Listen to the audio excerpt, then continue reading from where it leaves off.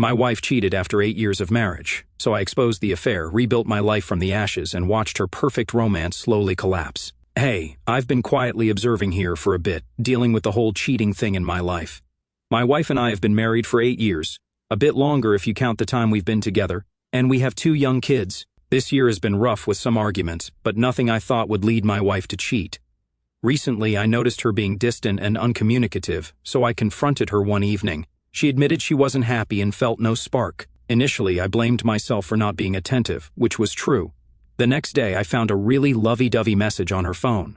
I discovered she'd been messaging a guy for a long time, with lots of "I love you" and plans for a future together. It hit me hard. Following advice from various threads, I didn't confront her immediately. I read a lot, consulted a couple of lawyers, one on retainer now, got my head straight, and stayed calm. A couple of days ago, I calmly confronted my wife and asked if she was having an affair. After a few minutes, she admitted everything. Long story short, it's been going on for 6 months, and she claims it's the deepest emotional connection ever. Complete nonsense. Anyway, I set boundaries, cut off contact, suggested marriage counseling, and more. The breaking point came when she resisted cutting off contact, even when I asked her to do it in front of me, and insisted on seeing him one last time. I stood my ground and told her, if he's so important, pack and go live with him. She backed off, calling me a controlling jerk. She sent a text this morning, but I suspect she'll try a different means of communication. I don't see much hope, and I honestly don't want it at this point. I just want to be able to tell my kids in 20 years that I tried. We have marriage counseling tomorrow, but I'm leaning toward filing before wasting more time. I'm cautious due to my kids, but is this the right move? I have the paperwork filled out with my lawyer. They just need to process it, and I'll pick a date to have her served. Going the doormat route won't end well. I need to think about my future, my kids, and move on. Update. The past few weeks have been really tough, but they've given me time to think and reflect. My wife and I went to counseling after our first big talk, and I must say, the counselor was great at listening to both of us without blaming anyone. She helped us navigate our new reality and pointed out some issues in our relationship. While it doesn't excuse my wife's behavior, it's good to know for the future to avoid making the same mistakes. As mentioned, my wife didn't seem to follow my request to cut off contact with the affair partner. I noticed some messages before she went completely silent. After seeing that, I decided to file for divorce, and she was served a few days ago. At the same time, I had a heart-to-heart with my father-in-law, who I'm really close to, prioritizing support for our kids over our relationship. It seemed like my wife wanted to ignore the issue. Naturally, my wife was really upset at first. Her fantasy was shattered, but our therapist talked through why this needed to happen. From my perspective, I think she's starting to realize the consequences of her actions and the real things that will be lost. I'm just trying to process the new life ahead and the big change in my identity from being a husband and father to something else. Similarly, since I filed, my wife was shocked, and she's been very emotional these past few days. I honestly think she never expected me to walk away. I've kept my distance, but I've seen a noticeable change in her. On a positive note, we've talked more, kept our conversations civil, and focused on our shared priorities, especially our children. I've made it clear that she caused a huge wound, and she needs to do the heavy lifting to help repair it and give me space and time if I can ever start to forgive. I'll say it again and again. Her actions are the most selfish, self-centered, and horrible things you could do to a person. But I haven't lost sight of the fact that we still need to raise our children. That's my main focus as I figure out how to move forward to the next phase of my personal happiness. I'm honestly proud that I found the strength not to dwell in self-pity, anger, or sadness, and to make the right moves to keep my dignity and look forward to a brighter future. I don't know all the next steps, and my feelings are constantly changing, but I'm starting to feel some inner peace. I'm in the post-serving phase and working closely with my counsel. What I'm wondering is if any betrayed spouses here took advantage of the affair fog to get better divorce terms and how they managed it. My soon-to-be ex-wife is clearly deep in the fog, still contacting the affair partner, and at the moment, I haven't bothered her about it. Update. My wife cheated, forming a stronger emotional connection with someone else. We still love each other but aren't in love anymore. I filed for divorce, and it's been about a month and a half since everything came to light. I'm working hard to move forward. The process is ongoing, and I'll share updates when the time is right, probably in a while. If you've been through this, I'd appreciate any advice, lessons learned, or things you wish you had known. I'm just reaching out in case there's more helpful information. I filed for divorce, and things are moving in that direction. I'd like to hear how others dealt with in-laws and friends, especially when they try to make you look like the bad guy. After filing, I informed some in-laws, my family, and a few friends. but I didn't make it widely known to keep some things private. However, it seems my soon-to-be ex-wife has shared her side, and I'm getting cold vibes from her family and others. It's tough when close family turns their backs, even though I've been a good dad and my wife has acted immorally. Did people eventually see the truth and change their opinions, or did they just move on? While it's natural for people to take sides, those who believe her probably weren't loyal to you anyway. You don't need people like that. Focus on your kids and your side of the story. At the end of the day, you know what happened, and that's what matters. Update. Today brings some closure to the saga that began last summer, during which I sought advice from everyone here. Going through this process is tough, especially when close family is far away. It's challenging to be alone with your thoughts, but there's wisdom and introspection to gain. To recap, my wife cheated, and I found out, realizing there was no hope as she was deeply involved with the affair partner. I filed for divorce immediately. The past few months have been frosty but relatively drama-free, as my soon-to-be ex and I separated our lives in the house while still co-parenting. The discovery and mediation process moved quickly. We agreed on 50-50 custody for our kids, along with schedules and holidays. Asset division in our no-fault state followed the book, with some give and take. The final conclusion is on the horizon, and for the most part, the divorce is complete. As for advice from this fiasco, I learned several things. First, don't bother with the pick-me dance.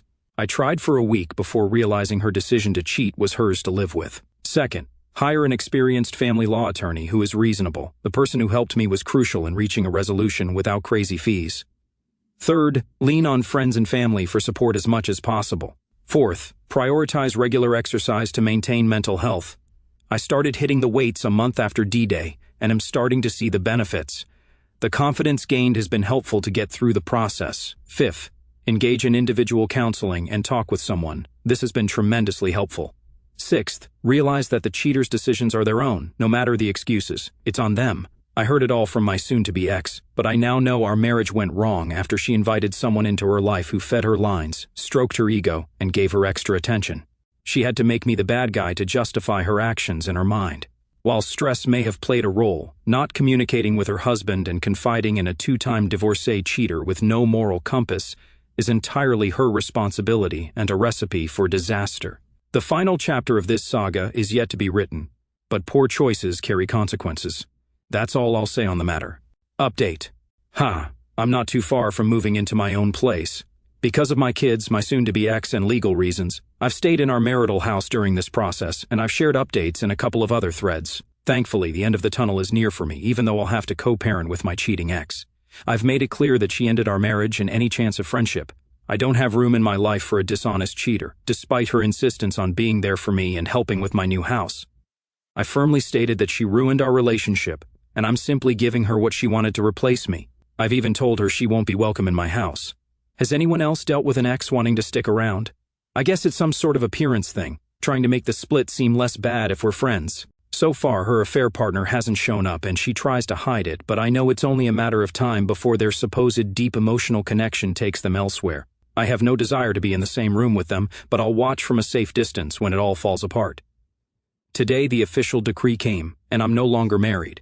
I got the keys to my new house, and we start moving soon. I chose a buyout to start fresh, and got lucky finding a well-kept house a minute from my current home. It has a huge backyard, a wood fire pit, a big garage, and a prime location. I back up to a nature preserve, perfect for my outdoor hobbies. It's my own little paradise. Some may wonder why I chose to stay so close. Well, I want to be near my kids so they know their dad is close when they need me. Following the community's advice, I focused on what's important, started working out, and embraced a new career opportunity that's paying off. I haven't bothered with online dating or looking for a new partner and plan to enjoy the single life for a while. My focus is on my 2 kids and personal growth. As for my ex and her affair partner, I'm starting to let go of that disaster. Whatever happens is no longer my concern. As someone wisely said, when someone gets with a cheater, they're getting someone who cheated. I did my best as a husband and father, and it's time for someone else to appreciate it. Update. That said, in my new free time, unfortunately, I've reflected and seen the life I had planned disappear. I wonder, how could this happen so quickly? I'm sure everyone has had time to ponder the who, what, where, when, why. But when I look back, my spouse and I had a great life ahead. Our careers were doing well after some initial major efforts to establish ourselves. We had a paid-off home, 2 beautiful kids out of diapers, and college funds for them, among many other things going for us. Thinking about this is my final challenge to overcome, but I can't grasp the mindset of someone who had so much but decided to destroy it all and go all in on unreliable serial cheating. Do I need to mention the other man one more time to this group? I know I'll struggle for a while to heal from all this, but when I look at our history and lives together, I just wonder how a person can be so selfish and stupid. I understand desire can't be negotiated and all that jazz, but the whole point of being married is to work together as a team and continuously fall back in love with each other. Update. I wanted to give a quick update, especially for those folks who just went through their D-Day and are worried about what life may be like. It's been 6 weeks post-decree, and I moved into my new place a month ago. I've been working like crazy to set it up as my sanctuary, and now it's well furnished and feels like home, my home.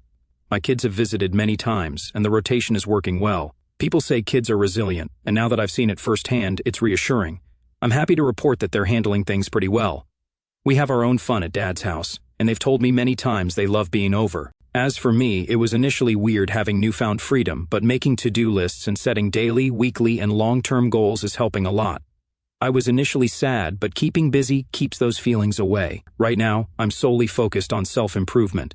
While I've thought about putting myself back on the scene, truthfully, I have no interest, so I'm keeping my focus on home improvement, fitness, and my kids. Regarding the cheating ex, I keep it cordial, and that's it. No sign of the supposed deep emotional connection affair partner yet. What the heck, but who cares? Tonight, I sat outside, had a few beers and a cigar, and enjoyed the peace and tranquility of my property. I thought about getting away from the situation my ex put me in, and it feels like the right thing to do. For those at the beginning and doubting leaving, I get it, it's the toughest thing, and heartbreak is a kick in the junk. But deciding to eject a cheater was the only right decision, and I believe with time, it will get better. Update. I'm now into the 2nd month of being on my own, and my house is coming together nicely. My kids are doing well, making memories, and I have some fun trips planned. Following the usual advice, I've stepped up my weight training and dieting, upgraded my home gym, and regularly hit the heavy bag. It seems to be working. In my monthly therapy sessions, my counselor noticed positive changes in my weight distribution and mentioned great progress mentally and physically, a little affirmation that things are heading in the right direction. I haven't bothered with dating at this point. It's early, and I'm enjoying my free time, new projects, and spending time with friends. So, to the main point of the post, and I'm sure everyone wonders, has bad luck struck bad people? I don't have the satisfying post detailing the downfall of the other man or the ex-wife just yet. However, it's radio silence, as the supposed greatest romance ever hasn't been revealed, and the other man remains a secret. I wonder why this could be. Is my ex-wife managing her image and waiting for a better time to reveal everything? But isn't the thrill of the affair gone now that they can't sneak around? I'm no longer around, so I find it odd. I suspect they are still communicating. She makes it obvious by hiding her phone when I'm present during kids' activities. But why? You wanted this, sneaked around, claimed it was amazing. Why not broadcast it now that the horrible ex-husband is gone? Has this happened to anyone else with their ex and affair partner? Update. I'm nearing the 6-month mark post-divorce, and almost a year past D-Day. I hope to keep offering assistance in any small way to those in need. I deeply appreciate the support I've received and would love to return the favor. On that note, 6 months post-D-Day, there's a lot of positive news.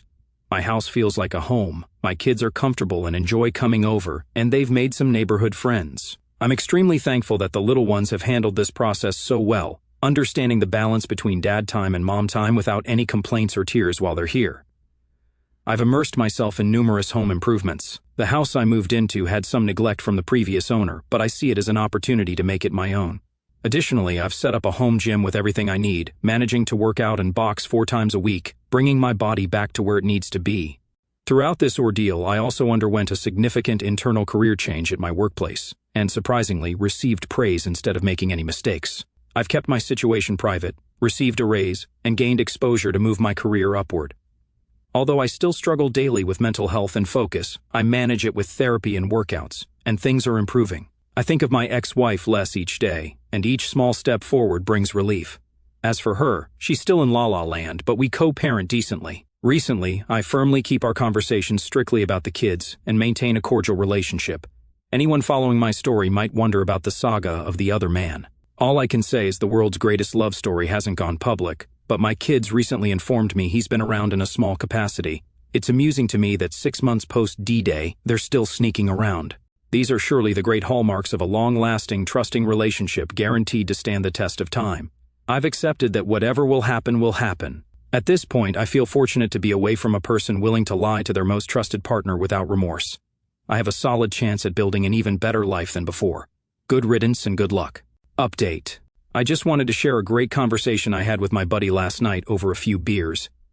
It's amazing how Friday night discussions can sometimes solve the world's problems. For context, my buddy went through a divorce 7 years ago, and his situation is surprisingly similar to mine. Even our exes share the same birthday.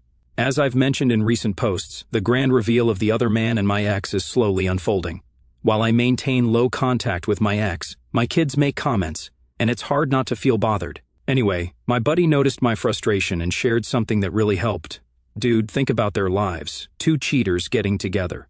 Consider how lousy and low value that guy is for manipulating a married woman with kids. Now look at it this way, they have to make it work, no matter how bad it gets. You or I can meet new people, and if it doesn't work out, we move on without any problem or worry. They're stuck. He has to be in your old house, knowing you built that, dealing with your kids and inheriting your selfish ex and in-laws. But they're stuck or else they look stupid. Can you imagine that kind of hell? But you're free. I pondered on that, and this morning it really helped me gain perspective. What a dreadful future they have to look forward to. Just wanted to share this thought and ask if others have reached a similar conclusion or witnessed it in action. Thanks as always to you awesome people. Wow, that makes a lot of sense. Trying to play house in a home that the affair partner never built, a home that he helped to destroy. Update. A friend invited me to my kid's birthday. For those who remember my story, I've got something to share, but right now, I need some advice. Here's the background. My daughter's birthday is this weekend. I already had a small celebration last weekend with my family. Nothing extravagant, just some presents and cake. And my daughter loved it.